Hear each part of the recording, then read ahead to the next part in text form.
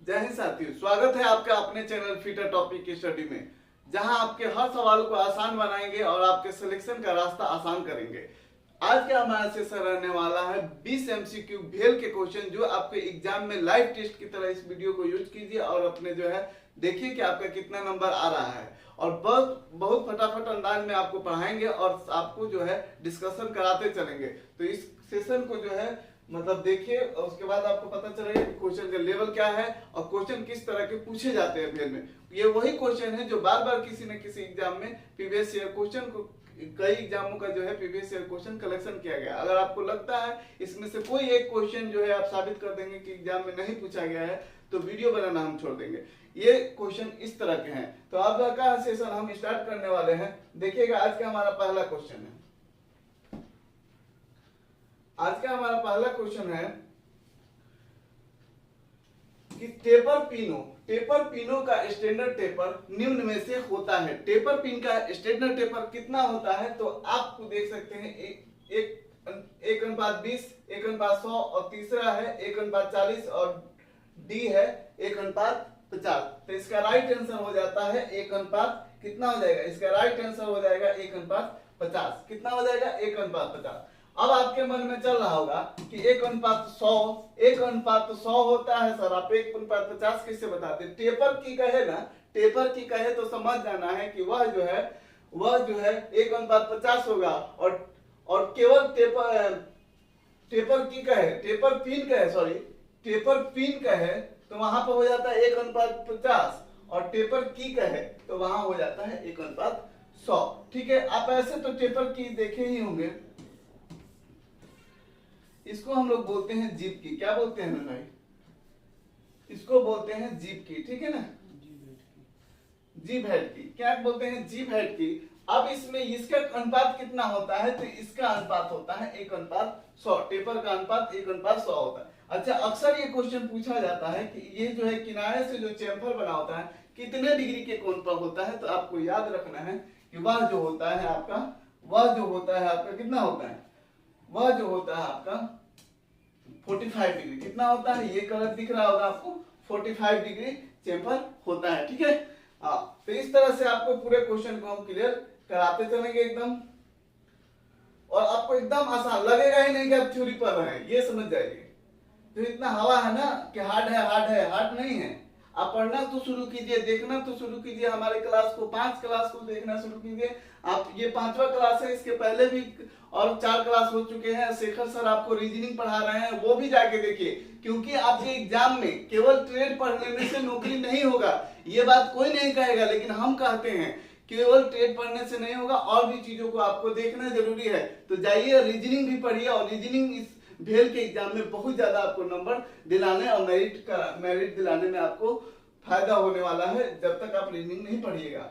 अब देखिएगा, अगला क्वेश्चन है हमारा कि N1 ग्रेड की सरफेस, देखिएगा N1 ग्रेड की सरफेस फिनिश का आरए मान कितना होता है? रफनेस मान कितना होता है? तो रफनेस मान कितना होता है? तो ऑप्शन ए है 0.001, बी है 0.005, और सी है 0.025, और डी है 0.2। देखिएगा, N1 पूछा गया, कितना पूछा गया है? रफनेस ग्रेड मान को N1 से लेके N12 तक सूचित किया जाता है। कैसे? 12 नंबरों में सूचित किया जाता है। केवल नंबर पूछे तो 12 नंबरों में सूचित किया जाता है, N1 से N12 तक। ठीक है ना। अब पूछा गया है कि N1 का मान कितना होता है? तो N1 का मान होता है 0.025। राइट आंसर हो जाता है सी। क्या हो जाएगा? राइट आंसर हो जाता है सी। अब यहां देखेंगे हम लोग, अब यहां देखेंगे कि N12 का मान आपको याद रखना है कि 50 माइक्रोन होता है। कितना होता है? 50 माइक्रोन होता है। ठीक है, N12 का मान। N11 का मान आपसे हो सके एग्जामिनर का मान क्या है? N11 पूछ दे तो इसमें 2 से भाग कर देंगे। कितने से भाग कर देंगे मेरे भाई? 2 से भाग कर देंगे तो सीधा कितना हो जाएगा? 25 हो जाएगा। एग्जामिनर को मन किया कि नहीं भैया हम 11 क्यों पूछेंगे, हम N10 पूछेंगे, तो उसका क्या मान हो जाएगा, तो फिर इसमें 2 से भाग कीजिएगा, आप 12.5 लिखिएगा। इसके बाद मेरे बच्चे होशियार है, N1 तक एकदम अभी के अभी वीडियो पॉज कीजिए और उसको निकालिए, ये पूरा आपको याद हो जाएगा। कहीं एग्जाम में कोई नंबर याद नहीं है तो सीधा पहले N12 का याद रखेंगे, उसके बाद हम आपसे बता देंगे। आपको बताना है वीडियो के कमेंट में कि N8 का रफनेस मान कितना होता है, ठीक है। आगे बढ़ेंगे। अगला क्वेश्चन हमारा कि सभी दिशाओं में बनी ले के लिए प्रत्येक चिन्ह क्या होता है। सभी दिशाओं में बनी ले के लिए प्रत्येक चिन्ह क्या होता है, ये देखिएगा एक्स एम सी, तो इसका राइट आंसर हो जाता है एम। किसे सूचित करते हैं, एम से सूचित करते हैं सभी दिशाओं में ले के लिए, ये रफनेस मान के लिए यूज होता है। देखिए अगला क्वेश्चन देखिए, बहुत ध्यान से समझिएगा, इसको हम समझाने वाले हैं और आपको जो है समझ में भी आएगा, बहुत आसान। कह तो रहे हैं कि क्वेश्चन को इतना आसान बना देंगे, बस आप साथ दीजिए, वीडियो को लाइक कीजिए और शेयर करना ना भूलें, ठीक है। और रेगुलर रहिए, एकदम पढ़ाया जाएगा। लेथ मशीन के कैरेज और क्रॉस स्लाइड को निम्न में से किस यंत्रावली द्वारा स्वचालित फीड प्राप्त होती है। यहाँ देखिएगा, थोड़ा सा एक बार ट्रेड में कभी भी क्वेश्चन को 2 बार पढ़ा कीजिए। टाइम तो कम रहता है लेकिन हमें लगता है कि बच्चे 2 बार जरूर पढ़ लेते हैं। तो वहां जो है क्या पूछा गया, कैरेज व क्रॉस स्लाइड को निम्न में से किस यंत्रावली द्वारा स्वचालित फीड प्रदान किया जाता है। तो ऑप्शन 1 है रैक और गियर यंत्रावली, दूसरा है बेवल गियर यंत्रावली, और तीसरा है वर्म गियर यंत्रावली, और चौथा है रैचेट और क्या लिखे, रैचेट एंड पुल, ठीक है ना, रैचेट एंड पुल लिखा हुआ है, ठीक है।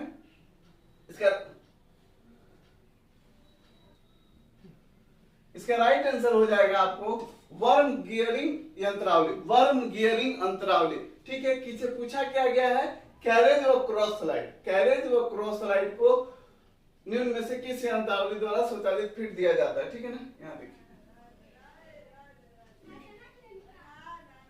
ये आपके बीच का भाग क्या कहलाता है, कैरेज कहलाता है। आपको भी मालूम है बीच का भाग क्या कहलाता है, कैरेज कहलाता है। कैरेज में क्रॉस स्लाइड कौन सा भाग है, ये वाला भाग। तो इसी भाग को न पूछा गया है, कैरेज को क्रॉस स्लाइड को किसमें द्वारा चलता है। तो ये जब चलता है तो देखिएगा वी नुमा खुलता है, उसके अंदर एक रॉड नुमा होता है ना, रॉड नुमा, ठीक है। तो वही होता है वर्म गियर अंतरावली द्वारा। यही कैरेज कैसे मूव करता है आगे पीछे, तो वो हो जाता है रैक ओपिनियन से जो है आगे पीछे जाता है, ठीक है। आगे क्वेश्चन देखेंगे, अगला क्वेश्चन है हमारा कि लॉक वाशर या स्प्रिंग वाशर बना होता है। लॉक वाशर या स्प्रिंग वाशर किसका बना होता है, माइंड स्टील का, बी है ब्रास, और सी है स्प्रिंग स्टील, और डी है रॉट आयरन। तो इसका राइट आंसर है हमारा स्प्रिंग स्टील का बना होता है। स्प्रिंग स्टील का बना होता है तो अक्सर पूछा जाता है कि स्प्रिंग वाशर का प्रयोग कहाँ किया जाता है, ठीक है ना। स्प्रिंग स्टील का ये स्प्रिंग वाशर बना होता है, और स्प्रिंग वाशर कहाँ यूज होता है, तो झटके लगने वाले स्थानों पर जो है स्प्रिंग वाशर का प्रयोग किया जाता है। जैसे पंखा में देखिएगा, पंखा में नट कसिएगा तो उसके साथ एक स्प्रिंग वाशर आता है। क्यों आता है, क्योंकि वो झटका, जब पंखा चले तो झटका देता है, तो क्या होगा, नट खुल सकता है, इसको नट ना खुले इसके लिए जो है स्प्रिंग वाशर का वहां पर प्रयोग किया जाता है। नेक्स्ट अगला क्वेश्चन देखेंगे हम लोग, निम्न में से कौन सा पार्ट लेथ मशीन का नहीं है। निम्न में से कौन सा पार्ट लेथ मशीन का नहीं है, लीड स्क्रू है ना, कौन सा पार्ट लेथ मशीन का नहीं है, lead screw, feed rod, carriage और नी। तो क्या आपने नी कभी सुना है क्या, तो इसका राइट आंसर हो जाएगा नी। क्या हो जाएगा राइट आंसर हमारा, क्या हो जाएगा राइट आंसर नी। तो लीड स्क्रू तो आपने सुना ही है, नीचे लगा होता है ना। फीड रॉड भी उसी के साथ लगा होता है बगल में, और कैरेज आपको बीच वाला भाग जो पूरा टूल पोस्ट को आगे पीछे ले जाता है, ठीक है, दाहिने बाएं में। तो ये नी वाला भाग जो है नहीं होता। इस तरह से भी आ जाता है क्वेश्चन। और आपको एक छोटा सा जानकारी दे दें कि अगर आप अपने एग्जाम की तैयारी में, अगर आप अपने सपने के प्रति जो है तत्पर है, आपको नौकरी लेने का एकदम सपना है कि नौकरी ले लेना है 2025 में, तो अगर आप भेद की तैयारी आपकी अच्छी चल रही है तो एक बार एक टेस्ट को, फ्री टेस्ट है, फ्री टेस्ट है उसको जाके जरूर दे। जो 120 क्वेश्चन का टेस्ट हमारे ऐप पे जो है एकदम फ्री है। अब दीजिए टेस्ट, अब देने से आपको प्रैक्टिस होता है और एकदम कंफर्म होता है कि हाँ हमारा आंसर सही जा रहा है। याद तो कर लेते हैं, जब पता चलता है एग्जाम में मारना था कौन, मार दिए कौन।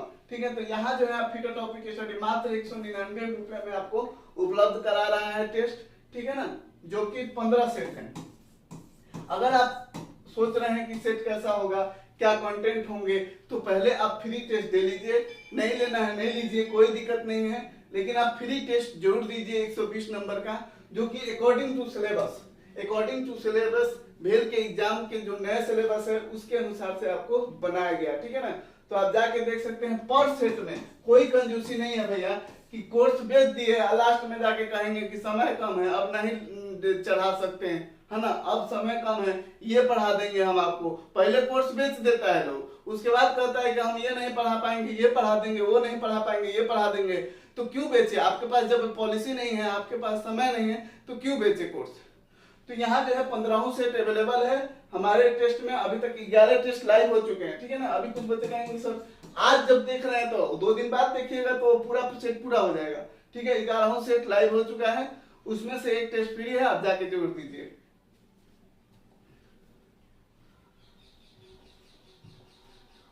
और इसमें जो है आपको एक चीज और बता दे, बस ज्यादा समय हम लेंगे ही नहीं आपका, ये चीज ध्यान रखिएगा। उसमें जो है आपको इसमें देखिएगा आपको कुछ नोट्स भी फ्री मिल रहा है ना, कुछ नोट्स भी फ्री मिल रहा है, फ्री ईडी बुक मिल रहा है, फ्री WCS व्हाट्सएप कैलकुलेशन का फ्री नोट्स मिल रहा है। तो भैया इतना कोई इतने कम प्राइस में आपको जो है अवेलेबल नहीं कराएगा इतने कंटेंट।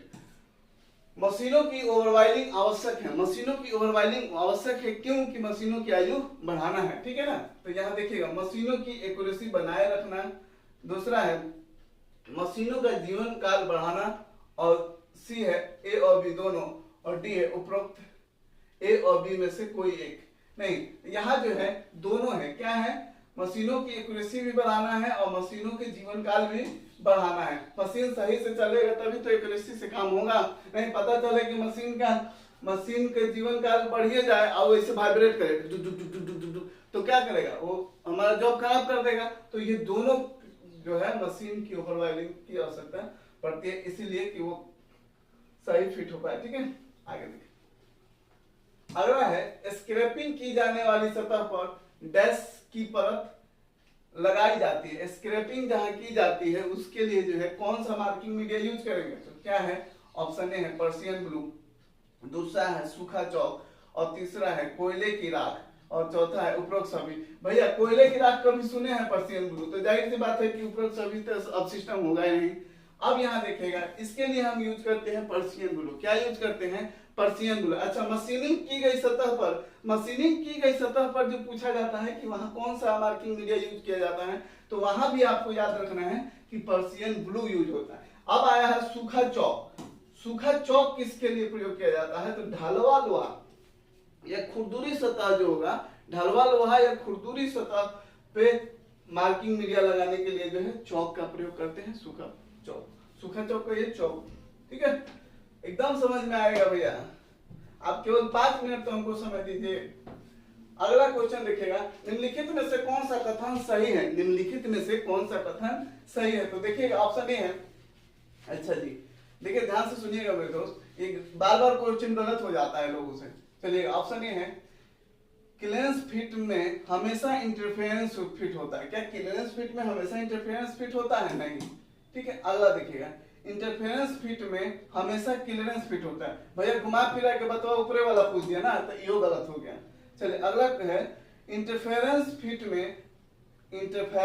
में कभी कभी क्लियरेंस और कभी इंटरफेरेंस होता है, नहीं, ये भी गलत। ठीक, अगला क्वेश्चन है कि ट्रांजिशन फिट में कभी कभी क्लियरेंस और कभी कभी इंटरफेरेंस फिट होता है, तो राइट आंसर हो जाता है ट्रांजिशन फिट जो होता है, क्लियरेंस फिट और इंटरफेरेंस फिट का मतलब कभी इंटरफेरेंस फिट होता है, कभी क्लियरेंस फिट होता है। ठीक है, अब आपको बता देते, फिट 3 प्रकार के होते हैं, आप भी जानते हैं। क्लियरेंस फिट, क्लियरेंस फिट, ठीक है, और यहाँ जो होगा इंटरफेरेंस फिट और ये हो जाएगा ट्रांजिशन फिट। ठीक है, यहीं से आपको समझा देते हैं।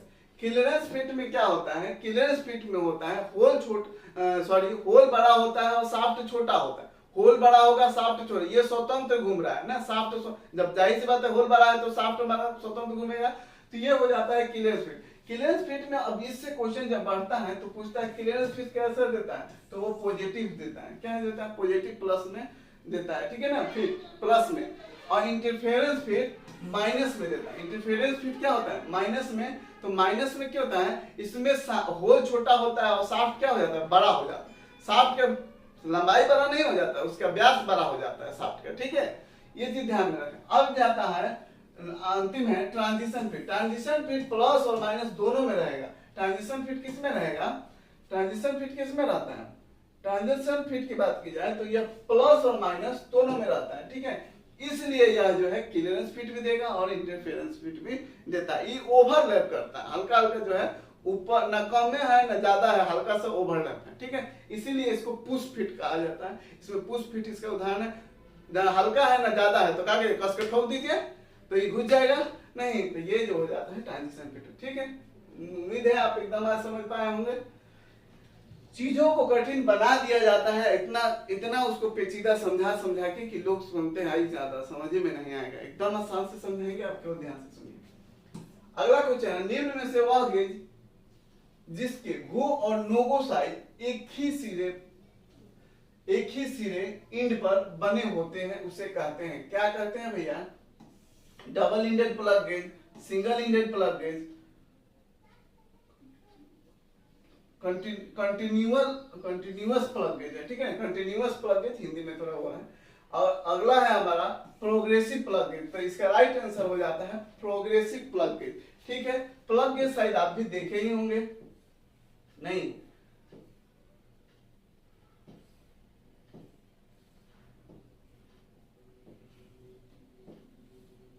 ठीक है, थोड़ा गड़बड़ बना दिया ना, चलिए कोई बात नहीं, धीरे धीरे हो जाए। हम चाहते हैं समय कम लगे आपका। ठीक है ना, चलिए समय कम करने के चक्कर में फिगर बनेगा अधूरा, तो आप कहिएगा कि सर ये हो जाता है आपका गो सिरा और ये हो जाता है नो गो सिरा। क्या हो गया, नो गो सिरा। क्या हो गया मेरे भाई, ये हो गया गो सिरा और ये हो गया नो गो सिरा। अच्छा सर जी, आपसे पूछा गया था कि कौन ऐसा गेज है जिसमें गो और नो गो सिरा एक ही सिरे पर होता है, तो यहाँ बहुत सारे क्वेश्चन हम आपको क्लियर कराने वाले हैं, तो वह हो जाता है प्रोग्रेसिव प्लग गेज। अच्छा पूछ देगा प्रोग्रेसिव प्लग गेज में गो सिरा बड़ा होता है कि छोटा होता है, गो सिरा की लंबाई जो होती है बड़ा होता है। क्या होता है, गो सिरा जो होता है बड़ा होता है। ये इसका साइज पूछे, लंबाई पूछे कि क्या बड़ा होता है कि छोटा होता है, तो गो सिरा बड़ा होता है और नो गो सिरा क्या होता है, छोटा होता है। क्या होता है मेरे भाई, छोटा होता है। ठीक है, अच्छा अब इसमें गो सिरा जो होता है न्यूनतम साइज होता है और नो गो सिरा अधिकतम साइज होता है, ये भी आपको याद रखना होगा। उम्मीद है आप समझ पा रहे होंगे। और क्वेश्चन लगे मजेदार हो रहा है तो एक बार लाइक कर दीजिए। अगर सपना है नौकरी का तो एकदम ध्यान से इंड तक बने रहिए। ग्राइंडिंग पहिए के छिद्रों में मुलायम धातु के कणों के फंस जाने को कहते हैं, क्या कहते हैं भैया, ग्लेजिंग कहते हैं, ड्रेसिंग कहते हैं, लोडिंग कहते हैं या टर्निंग कहते हैं, टर्निंग कहते हैं। ठीक है ना, सबसे पहले हम आपको बताएंगे कि इसका राइट आंसर क्या होगा।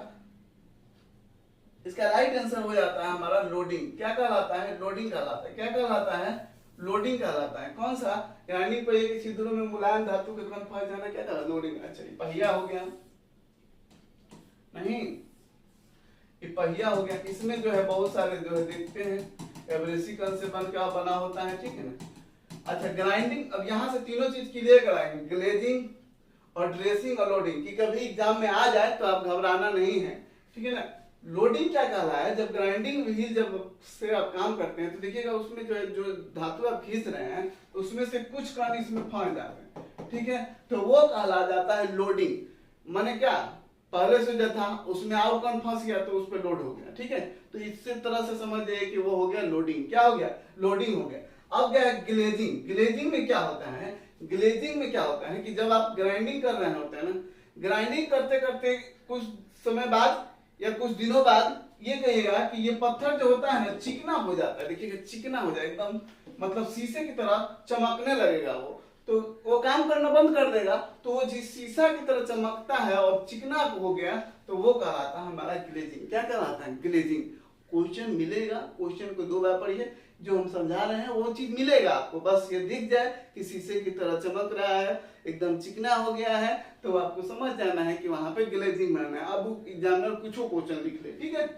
तो ये अब ड्रेसिंग आया है, ड्रेसिंग भैया, ड्रेसिंग में क्या है, अगर ग्लेजिंग हो गया है, चिकना हो गया है, तो जाहिर सी बात है कि ग्राइंडिंग व्हील काम करना बंद कर देगा, तो उसको फिर से मतलब फिर से उसके दांत सही से काम करे, उसके लिए क्या करते हैं, एक ड्रेसिंग टूल का प्रयोग करते हैं। किसका प्रयोग करते हैं? ड्रेसिंग टूल का प्रयोग करते हैं, ठीक है, जो इस तरह का कुछ पॉइंट बना होता है, ठीक है, ये हैंडल लगा दीजिए इधर।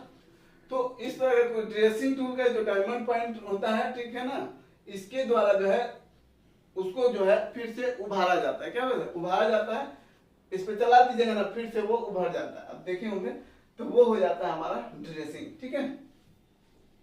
अगला क्वेश्चन देखेंगे। अगला क्वेश्चन हमारा कि लेथ मशीन के लीड स्क्रू पर कौन सी थ्रेड प्रयोग होती है? लेथ मशीन के लीड स्क्रू पर कौन सी थ्रेड प्रयोग होती है? अगर आप इसका आंसर क्वेश्चन देखते नहीं बोल पा रहे हैं तो इसका मतलब है कि आपकी तैयारी अभी पूर्ण नहीं हुआ है, आप अभी एकदम मिडिल भाग में भी नहीं है, नीचे हैं, तो आपको मेहनत करने की बहुत ज्यादा जरूरत है। अगर आपको आ जा रहा है तो समझ लीजिए कि आप मिडिल भाग है, और ये 20 क्वेश्चन करा रहे हैं आप, अगर इसमें से 19 क्वेश्चन तो प्लस बनाना ही है, 19-20 नहीं बना रहे हैं आप, अगर 15 के नीचे हैं तो समझिए कि आपको बहुत मेहनत करना है, ठीक है ना। ये वैसे क्वेश्चन है जो एकदम एग्जाम में पूछे गए हैं, ठीक। अगला इसका जो है लेथ मशीन के लीड स्क्रू पर कौन सी थ्रेड करती हो देती है, तो यहाँ आपको राइट आंसर हो जाता है एक्मे थ्रेड। क्या हो जाता है? Acme thread. अब आया है भैया एक्मे थ्रेड। एक्मे थ्रेड से पूछा जाएगा कि ये कितने डिग्री का एंगल होता है, तो आपको याद रखना है एक्मे थ्रेड का कोण एंगल होता है 29 डिग्री। कितना होता है? 29 डिग्री, ठीक है। एक्मे थ्रेड का कोण एंगल होता है 29 डिग्री। अब यहाँ पूछा गया वर्म थ्रेड, वर्म थ्रेड कितने डिग्री के कोण पर बना होता है, तो वो भी आपको 29 डिग्री के कोण पर बना होता है। यहाँ कोण याद कर लीजिए, ठीक है। स्क्वायर थ्रेड, स्क्वायर थ्रेड की बात की जाए, स्क्वायर थ्रेड की बात किया जाए तो यह जो होता है 90 डिग्री। कितने डिग्री पर बना होता है? 90 डिग्री पर। पावर ट्रांसमिशन, हाँ पावर ट्रांसमिशन ज्यादा यूज करते हैं इसको स्क्वायर थ्रेड में, हैवी वर्क के लिए। पावर ट्रांसमिशन नहीं करते, हैवी वर्क के लिए जो है स्क्वायर थ्रेड का प्रयोग ज्यादा किया जाता है। Butter thread 45 degree, butter thread का कितना कितना कोण होता है? 45 डिग्री कोण होता है, ठीक। अगला क्वेश्चन देखिए। अगला क्वेश्चन है कि रूट और क्रेस्ट के मध्य की लंबवत दूरी को कहते हैं। रूट और क्रेस्ट के मध्य की लंबवत दूरी को कहते हैं। ऑप्शन ए है चूड़ी की मोटाई, दूसरा है बी है चूड़ी की गहराई, और सी है लंबाई, और चौथा है टीपीआई, ठीक है ना। टीपीआई का फुल फॉर्म होता है थ्रेड प्रति इंच। क्या होता है? थ्रेड प्रति इंच। ये भी कभी कभी पूछा जाता है। अच्छा, आप थ्रेड तो देखे ही होंगे, इस तरह का कुछ थ्रेड होता है, ठीक है। अब देखिएगा, ये ऊपर वाला भाग क्या कहलाता है? क्रेस्ट कहलाता है, क्रेस्ट कहलाता है, ठीक है। और नीचे वाला भाग क्या कहलाता है? हमारा रूट कहलाता है। क्या कहलाता है मेरे भाई? रूट कहलाता है। क्या कहलाता है? रूट कहलाता है। अब कह रहा है कि लंबवत दूरी, लंबवत दूरी क्या ये नहीं, ये ऊपर से इसके बीच की दूरी, ये जो देख पा रहे हैं ना, ये दूरी जो है यहां से और यहां तक की दूरी क्या कहलाता है? तो वो कहलाता है चूड़ी की गहराई। क्या कहलाता है? चूड़ी की गहराई। अगर आपसे ये पूछ दे क्रेस्ट और रूट के बीच तिरछा जो लाइन बना है उसको क्या कहते हैं, तो वो होता है फ्लैंक, ठीक है। ये चीजें आप याद रखेंगे।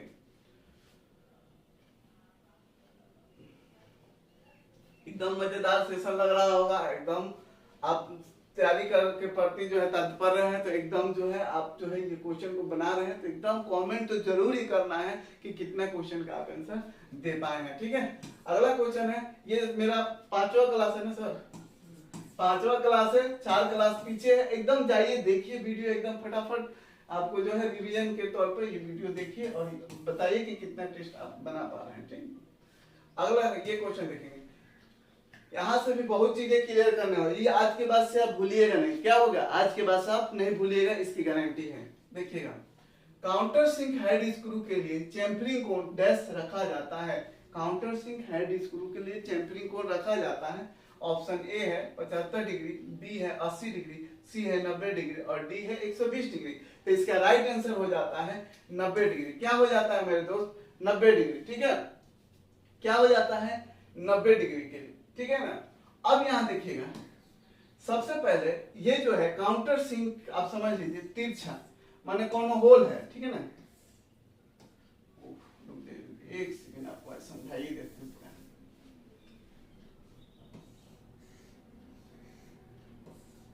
इसमें कोई होल है, इस होल को जो हम लोग तिरछा करते हैं ना,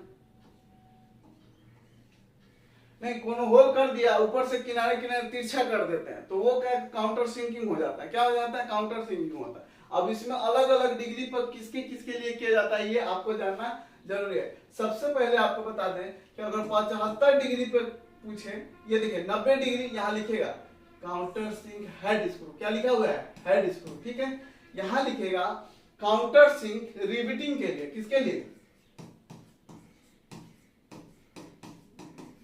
काउंटर सिंक रिवेटिंग के लिए जो है इसका उपयोग किया जाता है 75 डिग्री के कोण, किसके लिए, रिवेटिंग के लिए, याद रखिएगा। उसके बाद आता है 80 डिग्री, 80 डिग्री सेल्फ टैपिंग, किसके लिए, इसके आगे भैया काउंटर सिंकिंग ही लिखा जाता है। ठीक है ना,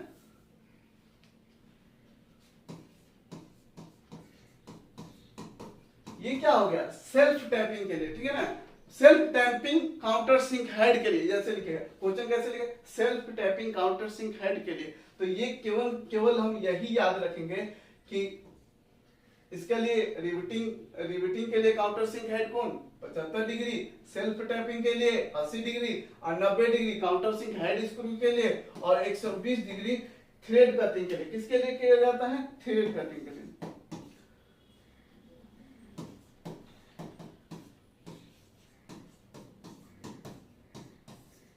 सेल्फ कहेगा तो इसके लिए सेल्फ टैपिंग के लिए, और थ्रेड कटिंग कहेगा तो आपको याद रखना है 120 डिग्री। आप नहीं भूलिएगा, केवल इतना ही भाग आपको याद रखिएगा तो आप जो है आसानी से बना पाइएगा।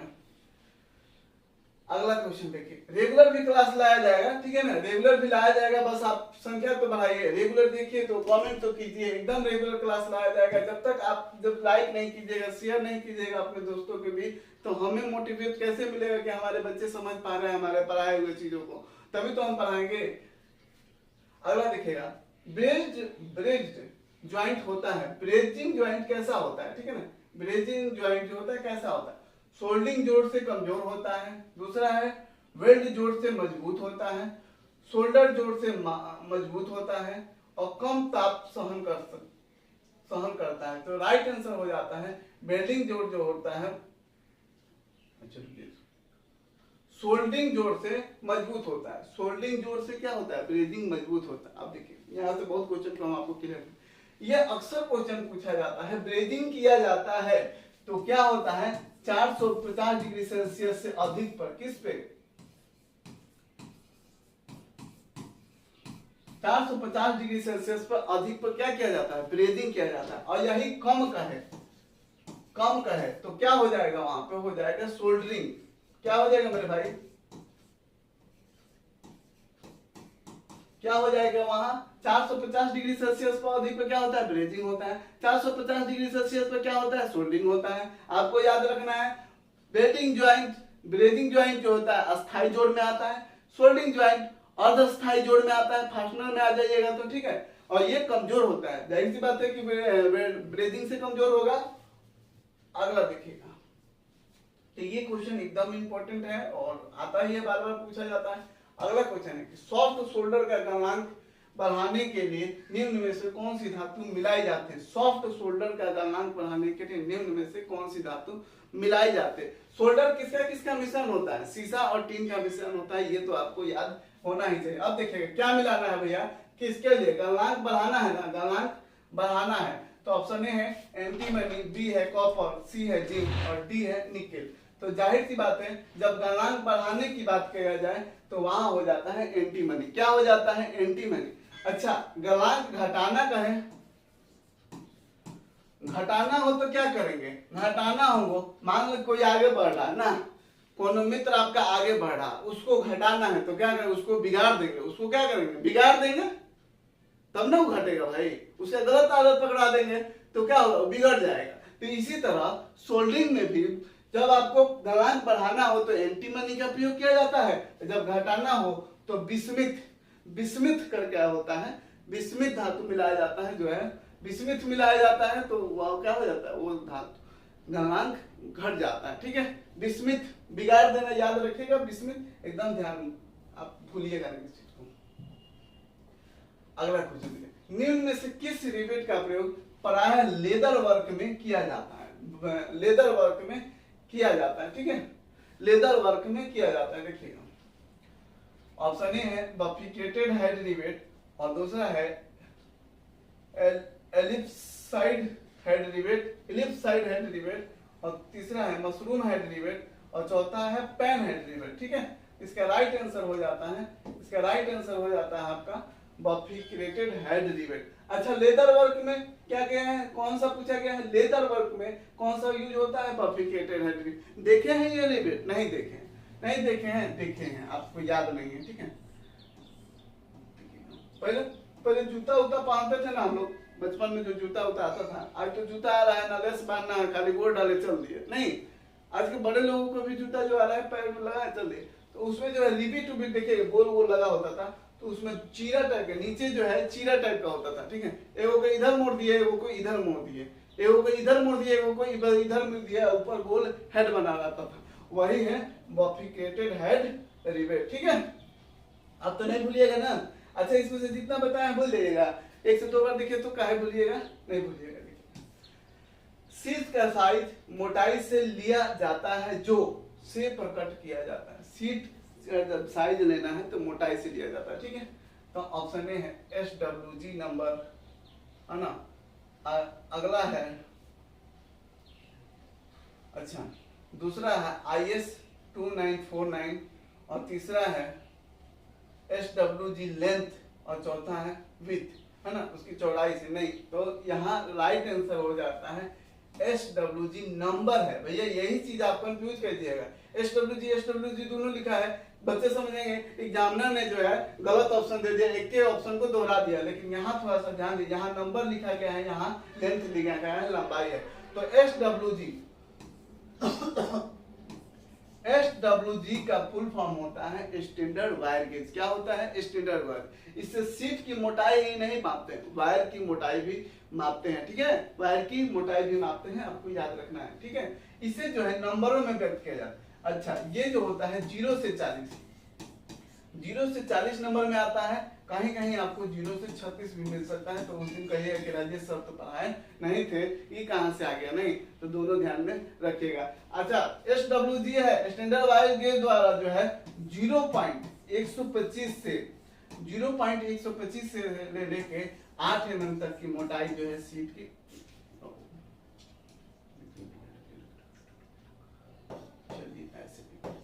ठीक, अब ठीक लग रहा है ना, 0.125 से लेके 8 mm तक जो है इसकी मोटाई ली जाती है सीट की स्टैंडर्ड वायर गेज द्वारा। अच्छा सर, एक चीज और बता दे, समय तो देखिए हमारा कोशिश रहता है कि समय कम समय में अधिक कंटेंट, क्योंकि आपके समय बहुत कीमती है ना, और ज्यादा समय रोज डिस्कशन याद है, फिर भी देख रहे हैं वही चीज, अरे भाई कुछ फास्ट भी तो देखिए। अब बच्चों को भी हमको लगता है वही चीजें पसंद है। ठीक है, 10 को क्वेश्चन 2 घंटा लगाइए, एकदम बढ़िया लगेगा। ठीक है, कोई बात नहीं है, आप अगर देखे हैं यहाँ तक, इसका मतलब है आपको पढ़ने का मन है, नौकरी का मन है, तो एक बार लाइक जरूर कर दीजिए, अपनी राय कमेंट में जरूर लिखिए। अच्छा, यहाँ एक क्वेश्चन और इम्पोर्टेंट हो जाता है, मान लीजिए कि यहाँ 4 नंबर है, यहाँ 4 नंबर है, यहाँ 8 नंबर है, तो क्या नंबर बढ़ेगा तो सीट की मोटाई भी बढ़ती है, क्या नंबर बढ़ेगा तो क्या सीट की मोटाई बढ़ती है, तो नहीं, याद रखिएगा, इसमें 4 नंबर वाले का मोटा है, ठीक है, और इससे पतला कौन है, पतला कौन है भैया, ये 8 नंबर वाला, मतलब नंबर बढ़ते जाएगा तो सीट की मोटाई क्या होगा, घटते जाएगा। ये क्वेश्चन भी बार बार पूछा जाता है। अब वायर गेज से कोई क्वेश्चन छूटेगा क्या, आपको लगता है क्या? तो इतने, आज का हमारा लास्ट क्वेश्चन है, वीडियो कैसा लगा, वीडियो की राय अपने कमेंट में जरूर दें, और रेगुलर सेशन लाया जाए आप जरूर बताएं। फोर्जिंग तब की जाती है, फोर्जिंग तब की जाती है जब धातु होती है, क्या हो जाती है, फोर्जिंग तब की जाती है जब धातु किस अवस्था में होती है। तो एक छोटा सा मतलब जानकारी आपको दे ही दें कि जो 199 में टेस्ट लेना चाहता है जल्दी ले ले, कम समय मतलब ये सीमित समय के लिए ये प्राइस है, क्योंकि भैया उतना कंटेंट अवेलेबल बनाना हमें मुश्किल पड़ रहा है। तो लेकिन आप अगर भेल की तैयारी कर रहे हैं तो आप ले लीजिए। अभी तक फ्री टेस्ट नहीं दिए हैं तो एक फुल फ्री टेस्ट है, जाके दीजिए, तब आपको पता चलेगा कंटेंट में कितना कम है। केवल फोकस हवाबाजी नहीं करते हम लोग, ठीक है। फिटर टॉपिक स्टडी अपना एक स्पेशल एम पे काम करती है कि जो भी दे एक विशेष दे, नहीं तो बहुत सारी चीज हम बना देते हैं, रोज उठ के कुछ भी बना देना, वैसा काम नहीं होता है। तो आप सभी जो है मेहनत कीजिए और सही से टेस्ट को दीजिए। अच्छा, इस क्वेश्चन को पहले खत्म करना है। फोर्जिंग तब की जाती है जब धातु होती है, ऑप्शन ए है लिक्विड दशा में, दूसरा है प्लास्टिक दशा में, और तीसरा है इलास्टिक दशा में, और चौथा है उपरोक्त में से कोई नहीं। तो इसका राइट आंसर हो जाता है, इसके राइट आंसर की बात किया जाए तो यह हो जाता है प्लास्टिक दशा में, ठीक है ना। प्लास्टिक दशा में हो तो इसका जो है फोर्जिंग की जाती है। तो ये जो है रहा आज, अच्छा 19 क्वेश्चन है वो, अब एक क्वेश्चन और है, हमें बोल रहा है ना फास्ट पास के चक्कर में नहीं, फास्ट नहीं पढ़ना है, ठीक है। अगला क्वेश्चन है कि रॉड आयरन की बनावट निम्न में से क्या होती है। रॉड आयरन की बनावट निम्न में से किस आकार के होते हैं। तो क्या क्रिस्टलाइट होती है, ग्रेनुलर होती है, फाइबर्स नुमा होता है, रेशेदार, उपरोक्त सभी। तो इसका राइट आंसर हो जाता है फाइबर नुमा होता है, रेशेदार होता है। ये जो कास्ट आयरन पूछे तो क्रिस्टलाइट होता है, कास्ट आयरन।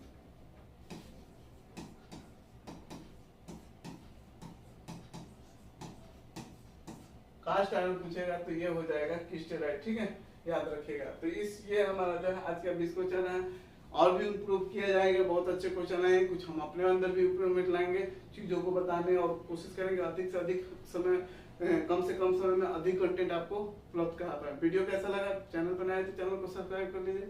वीडियो देखने के लिए धन्यवाद।